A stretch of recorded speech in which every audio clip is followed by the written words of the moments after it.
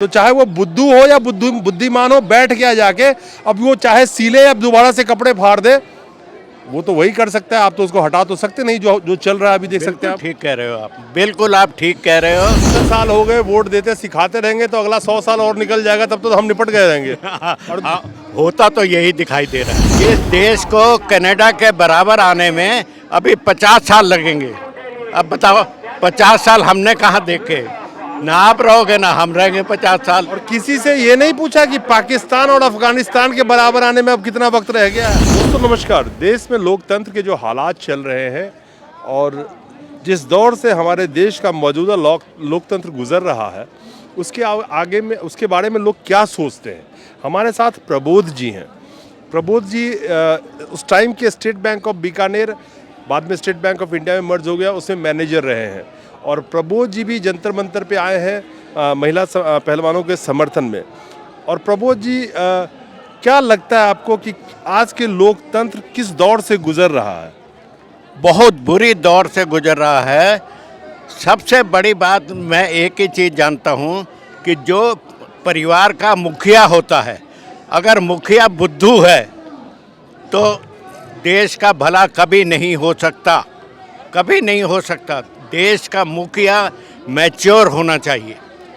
देश का मुखिया बुद्धू हो, लेकिन सवाल यह है, मैच्योर नहीं है। समझ गया मैं। हाँ। सवाल यह है कि आज के वक्त में जिसको जनता चुनती है, अपने पैसों के बदौलत अपने आप को बहुत बुद्धिमान दिखा देता है। और एक बार जब लोकतंत्र में आप किसी को चुन लेते हैं तो राइट टू रिकॉल का अभी तक हक नहीं आया, अधिकार नहीं आया। बिल्कुल ठीक है। तो चाहे वो बुद्धू हो या बुद्धिमान हो, बैठ गया जाके, अब वो चाहे सीले या दोबारा से कपड़े फाड़ दे, वो तो वही कर सकता है। आप तो उसको हटा तो सकते नहीं, जो जो चल रहा है अभी देख सकते हैं आप। ठीक कह रहे हो आप, बिल्कुल आप ठीक कह रहे हो।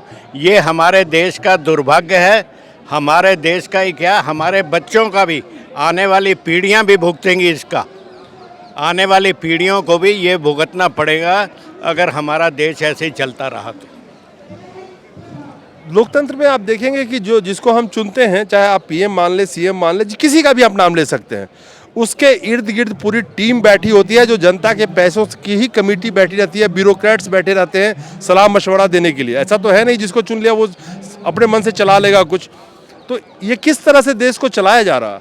सलाह मशवरा करने वाले वो जो मुखिया हैं, अपने जो प्रधानमंत्री कह लो, कोई कह लो, इनके आगे और मूर्ख हैं वो जो सलाह देने वाले हैं। फॉर एग्जाम्पल, मेरी आदत एक है, मैं सुबह उठता हूँ तो मेरे दिमाग में नए नए विचार आते हैं। तो मैंने देखा, एक दिन मैं सोच रहा था, बड़ी अजीब सी बात, आपको अजीब लगेगी, कि हे भगवान मेरे को ज़्यादा पैसा मत देना।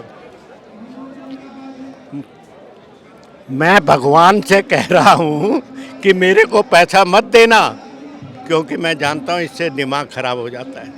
मोदी जी के पास भी इस समय खूब पैसा है, कमरे गोदाम के गोदाम भरे हुए, खूब पैसा है।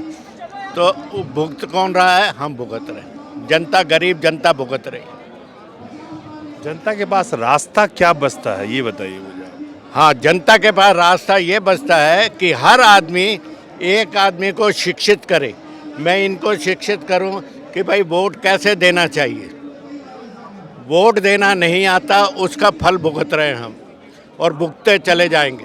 साहब 75 साल हो गए वोट देते सिखाते रहेंगे तो अगला 100 साल और निकल जाएगा, तब तो हम निपट गए रहेंगे। और होता तो यही दिखाई दे रहा है। हाँ? होता तो यही दिख रहा है जो आप कह रहे हो। चलिए, हमारे साथ जो ये बड़े बुजुर्ग, बड़े अच्छे जेंटलमैन हैं और बहुत पढ़े लिखे हैं, इन्होंने एक बात बहुत अच्छी कही है कि देश में जो भी चल रहा है अभी, उसका खामियाजा न जाने आने वाले कितने नस्लों तक लोगों को भुगतना पड़ सकता है किसी एक की गलती का। और ये वो शख्स हैं जो जिंदगी के बहुत सारे उतार चढ़ाव देखते हुए और यहाँ तक पहुँचे हैं। आज के वक्त में जनता जो समझदार है वो जानती है कि देश में जिस तरीके का माहौल आज के वक्त में बन चुका है, उस माहौल में क्या होगा ये तो बात की बात है, लेकिन देश को उस माहौल से निकलने में शायद आने वाले 50-100 साल और लग जाए।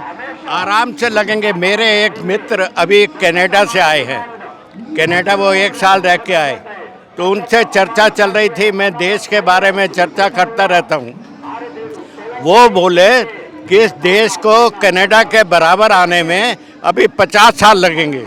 अब बताओ 50 साल हमने कहाँ देखे, ना आप रहोगे ना हम रहेंगे 50 साल। और किसी से ये नहीं पूछा कि पाकिस्तान और अफगानिस्तान के बराबर आने में अब कितना वक्त रह गया है?